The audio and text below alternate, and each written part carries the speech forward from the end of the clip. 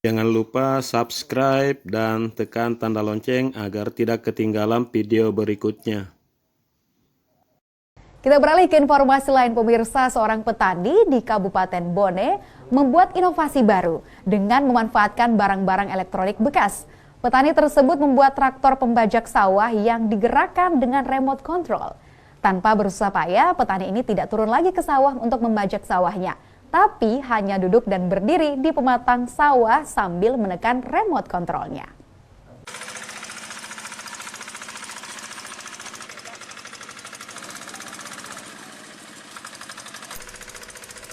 Udin, warga Dusun Cinong, Desa Mappesangka, Kecamatan Ponre, Kabupaten Bone, mampu menciptakan traktor pembajak sawah yang digerakkan dengan remote control.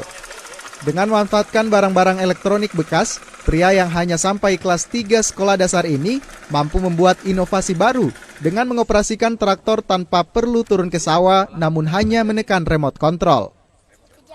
Walau sudah 2 kali gagal dalam pembuatan remote control tersebut, namun tidak menyurutkan niatnya untuk merampungkan ciptaannya ini.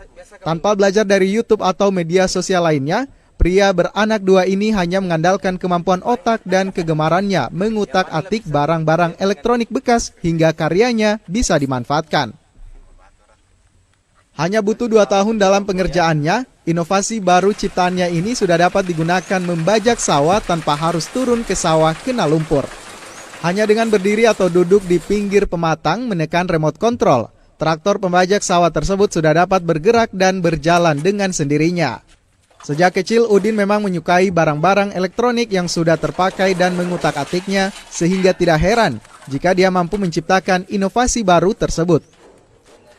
Pria kelahiran 5 Desember 1986 ini mengaku bahwa 2 tahun baru dapat menyelesaikan traktor remote control tersebut, karena kadang terkendala dengan alat-alat yang harus dia pesan lewat online. Dalam pembuatan remote control ini sudah merogoh kocek hingga 5 juta rupiah. Dengan kekuatan baterai 6000 mAh, remote control tersebut mampu bertahan hingga 2 hari dan jarak jangkauannya hingga 500 meter. Namun remote control ini belum mampu menghidupkan dan mematikan mesin traktor secara otomatis, sehingga harus dilakukan dengan cara manual.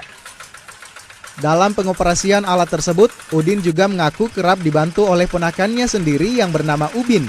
Dengan adanya inovasi baru buatannya ini, Udin berharap dapat memudahkan dan membantu para petani penggarap sawah tanpa harus turun ke sawah dan menguras banyak tenaga. Sudah lama kita senang bongkar-bongkar elektronik. Ya memang sejak kecil memang. Oh, sudah kecil memang di. Berapa lama kita buat ini traktor? 2 tahun. 2 tahun. 2 tahun. Kira-kira berapa biaya yang dikeluarkan itu? Sekitar 5 jutaan. Sekitar 5 jutaan di. Tapi memang pekerjaan petani. Iya, petani. Tamat SD katanya tidak, Pak Di?